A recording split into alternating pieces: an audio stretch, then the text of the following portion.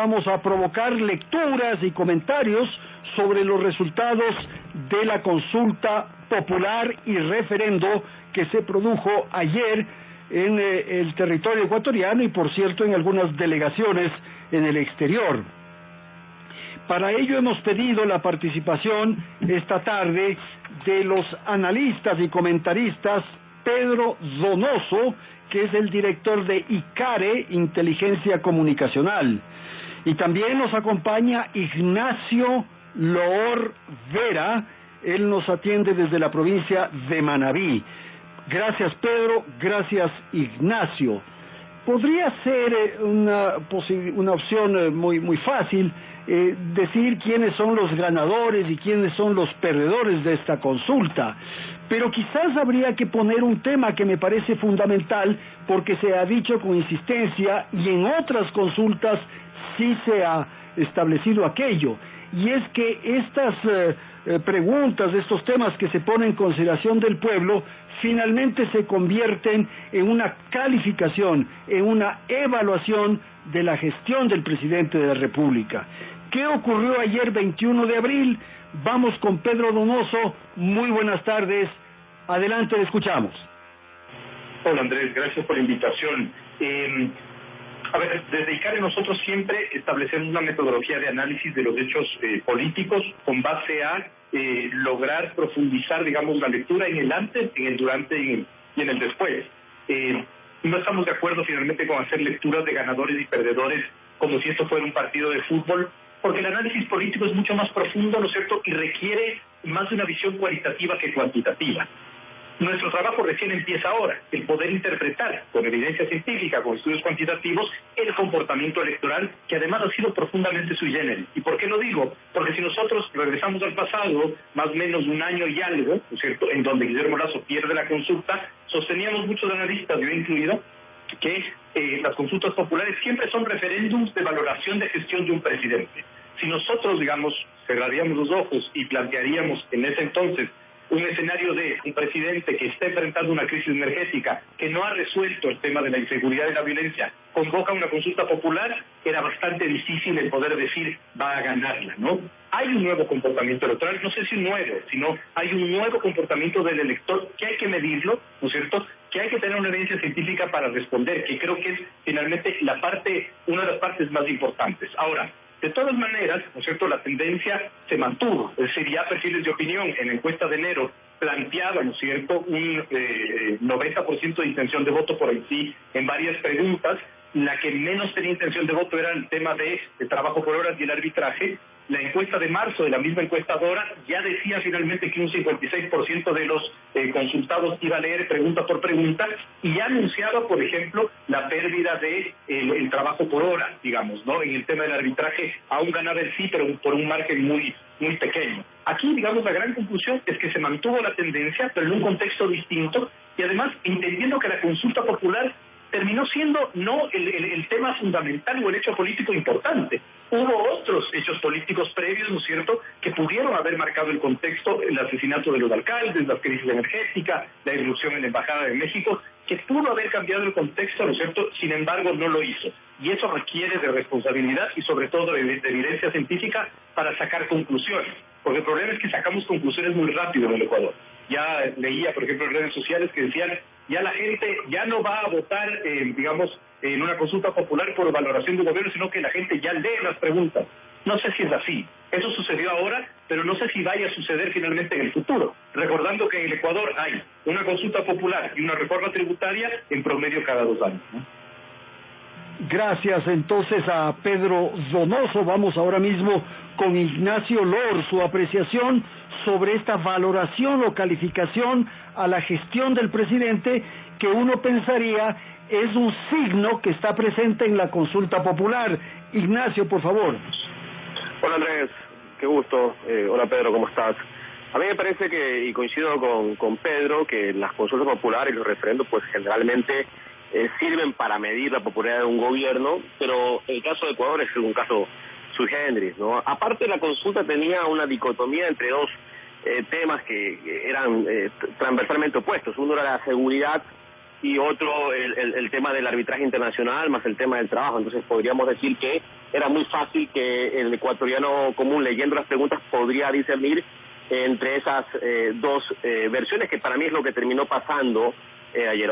El ecuatoriano promedio dijo, mira, mi preocupación principal es seguridad, y eso lo dicen todos los estudios cualitativos y cuantitativos. La principal preocupación del ecuatoriano no es ni siquiera llegar a fin de mes, sino llegar con vida a ese fin de mes. Entonces digo, en las preguntas de seguridad vamos por el sí, pero en las otras preguntas se detuvo un poco, y podríamos, y esto sí coincido con Pedro, que hay que analizarlo un poco más científicamente, pero podría haber una hipótesis de que ahí también podría haber un castigo, una especie de castigo hacia el gobierno. También le dijo, hey, aquí hay un stop, te apoyamos en este segmento de la consulta, del referéndum, para que tengas las herramientas que nos estás pidiendo para enfrentar la inseguridad, pero por acá también te digo, mira, no vamos contigo hasta el fin del mundo, no vamos contigo ciegamente. Entonces ahí me parece que hay una lectura súper interesante de la consulta. Gracias. El otro punto que planteaban nuestros entrevistados es que con insistencia quienes cuestionaban, quienes eran detractores de la consulta, decían que el presidente estaba utilizando esto para un lanzamiento, para un trampolín que lo lleve a la elección del 2025, para posesionar su candidatura, obtener un triunfo y con eso dar mayor solidez, digamos, a su participación en la contienda electoral del próximo año. ¿Qué ocurrió con esto, Pedro? ¿El presidente logró, desde la perspectiva, como digo, de quienes no estaban de acuerdo con la consulta, logró aquello o qué habrá ocurrido? Por favor. Saludos de Ignacio, que no le saludé antes. Creo que es importante determinar que en el Ecuador, que es un país de minutos, todo cambia finalmente al último momento, ¿no? Entonces, de una u otra manera, creer que una consulta popular con tanta anticipación, ¿no es cierto?, frente a un proceso eleccionario, en este contexto tan cambiante y en esta entropía política tan absurda, ¿no es cierto?, es muy difícil sostener aquello, digamos, ¿no? Quizás esa podía ser como la estrategia, digamos, de la oposición, que además de una oposición reciente, ¿no?, que es el fenómeno también muy interesante. Es decir, Daniel Noboa ha gobernado este país sin oposición, y la oposición empieza a nacer hace 3 semanas finalmente, ¿no?, cuando rompe, digamos, con el correísmo, se abre el frente también con Construye, es decir, un gobierno que estaba en construcción de una identidad, ahora ocupa, con razón o sin razón, con intención o sin intención, el espacio del anticorreísmo, ¿no? Es decir, traba finalmente una tensión con el correísmo y, por un factor automático, intenta desplazar finalmente al anticorreísmo de su espacio natural. Creo que finalmente esa podía ser como la intención. Sin embargo, la consulta popular, en nuestro criterio de análisis metodológico, era una especie de primaria, y es una especie de primaria finalmente para lo que se viene el 2025, porque socialmente no estamos entendiendo lo que va a significar el 2025 para el Ecuador. No solo vamos a elegir presidente y asambleístas, el 2025 va a ser un año de profunda transición. Se tiene que designar al nuevo fiscal general, habrá renovación parcial del Consejo Nacional Electoral, de la Corte Constitucional, y habrá elección de jueces de la Corte Nacional, es decir, todo en el mismo año, ¿no? Entonces, el 2025 significa esa transición, ¿no es cierto? Y en los procesos transicionales, ¿no es cierto?, las tensiones políticas finalmente emergen, ¿no? Es interesante el juego, por ejemplo, de la CONAIE y de Pachacuti. Pachacuti fue el único partido político inscrito para hacer no en todas las preguntas, lo cual le podía servir, ¿no es cierto?, de plataforma. El movimiento Unidad Popular, ¿no es cierto?, que además ahora enarbola la bandera de la ganancia en contra del trabajo por horas. Es decir, todos esos son elementos de aumento para alimentar su capital político de cara finalmente al proceso eleccionario y al proceso de transición del 2025. Muchísimas gracias, Pedro. Ignacio Lor, su apreciación de esto que hemos puesto, en el sentido de que quizás lo ocurrido ayer cambia un poco los ejes, por lo menos de la presencia del presidente Daniel Noboa en la contienda electoral. Por favor, Ignacio.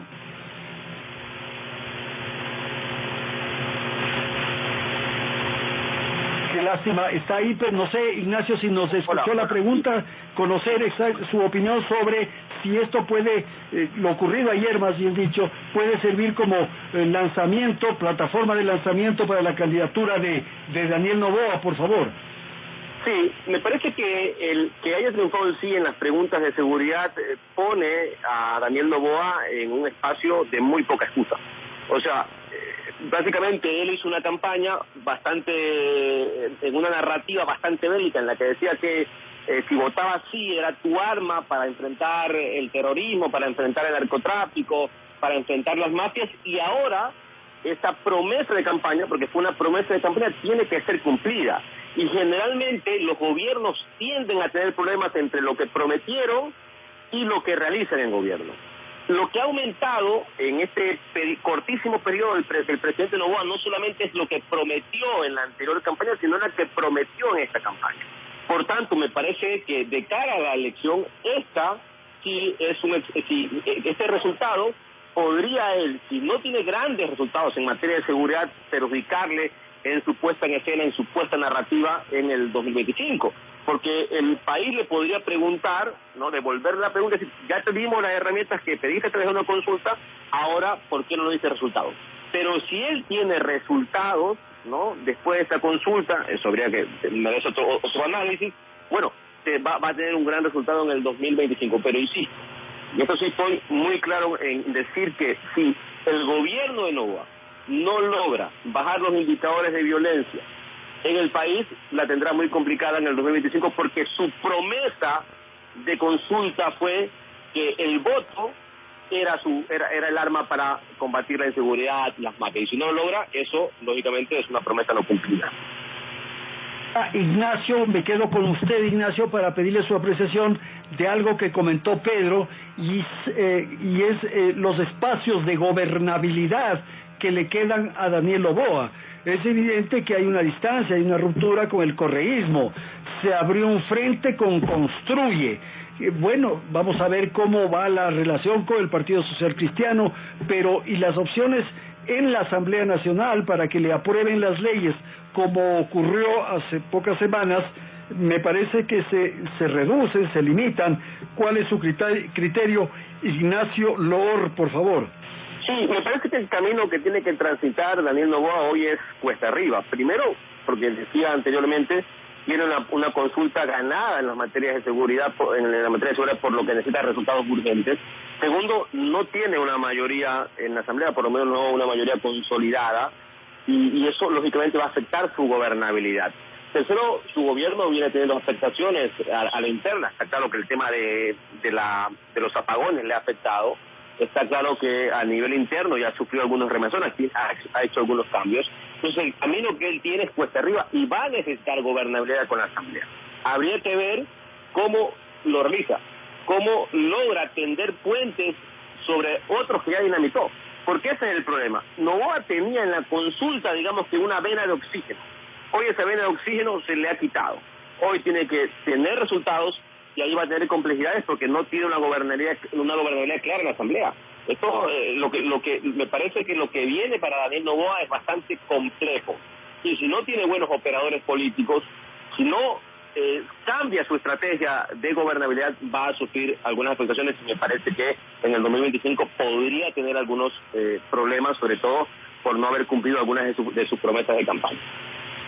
Gracias a Ignacio Loor. Vamos con Pedro Donoso. Pedro, ¿qué ocurre con el correísmo? Yo he escuchado a algunas personas, algunos analistas que señalan que el gran derrotado es el correísmo.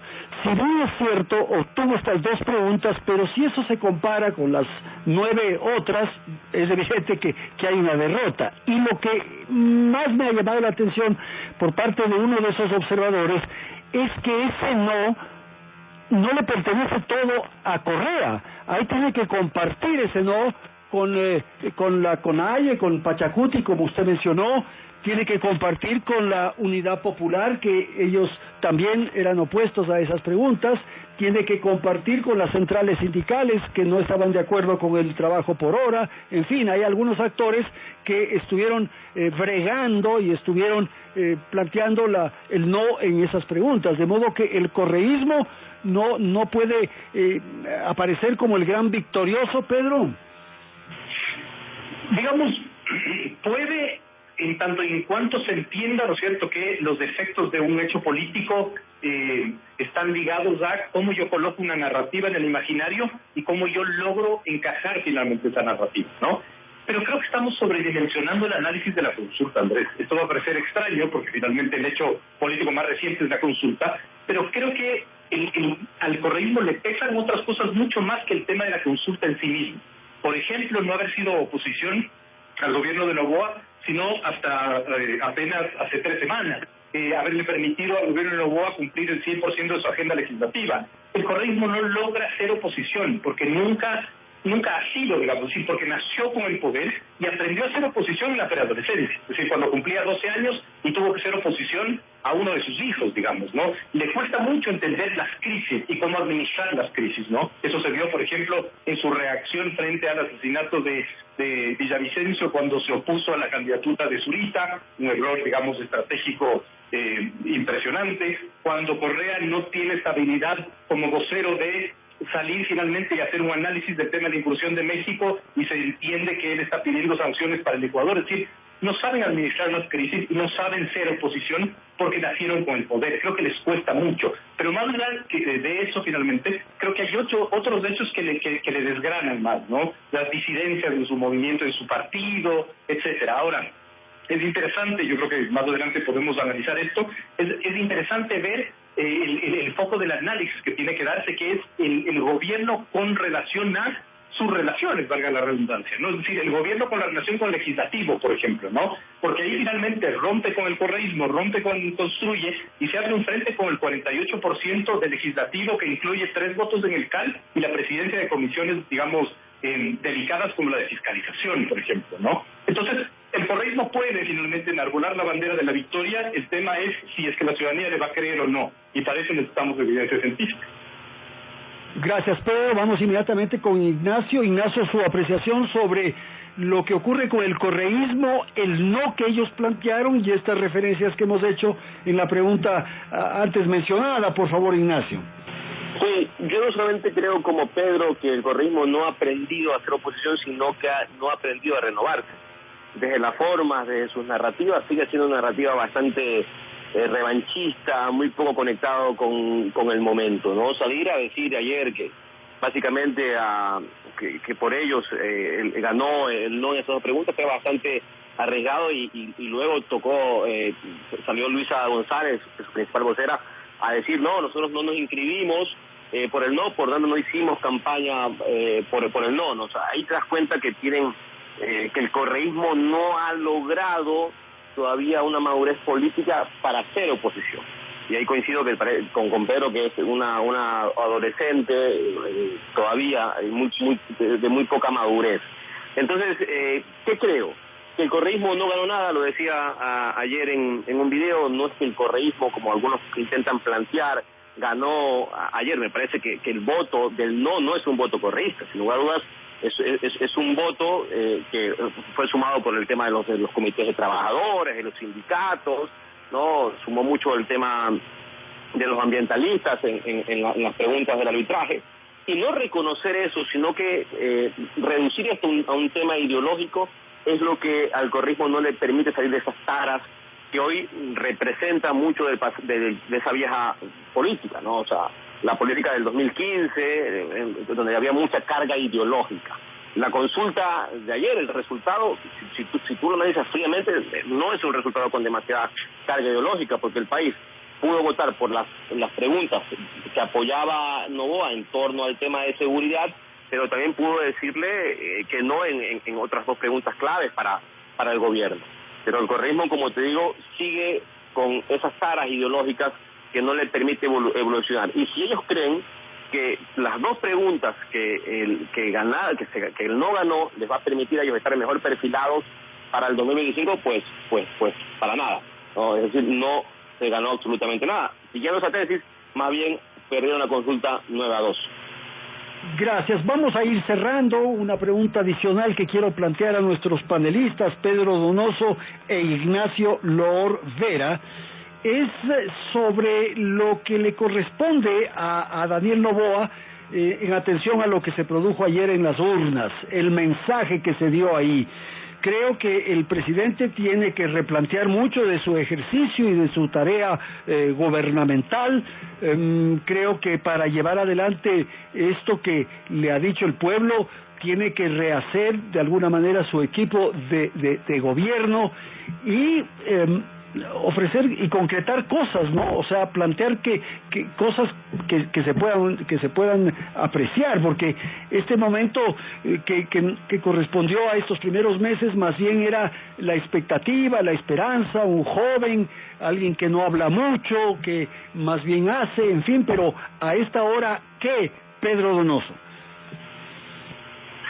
Creo que ahí, Andrés, el análisis debe ser, como le planteo, las relaciones del gobierno, ¿no es cierto?, de cara al futuro. La relación con el legislativo, por la descripción que un poco he hecho, va a ser compleja, va a ser complicada, va a tener que enfrentarse finalmente a procesos de fiscalización. Hay que ver si es que la estrategia de aglutinar y crear un bloque mayoritario lo logra, porque una cosa finalmente era el Daniel Noboa de antes de la crisis energética y otra cosa es el gobierno que te deja 8 horas diarias sin luz. Es decir, yo no sé si los disidentes quieran acercarse mucho a un gobierno que empieza a tener un desgaste. El segundo tema interesante es la relación del gobierno con los movimientos sociales. Es decir, los movimientos sociales que de cara al 2025 van a de una u otra manera exigir su espacio dentro del banquete de la mesa de poder. Y eso involucraría o podría involucrar con un tema de una probabilidad mediana alta el calentamiento de las calles, por ejemplo, ¿no? Y el tema de los gremios, la relación del gobierno con los gremios es algo que no se ha visto y que me parece que es supremamente interesante e importante. Es decir, el gobierno lo que dijo es, la pregunta de trabajo por horas no era mía, no me interesó mucho, qué pena que se haya perdido.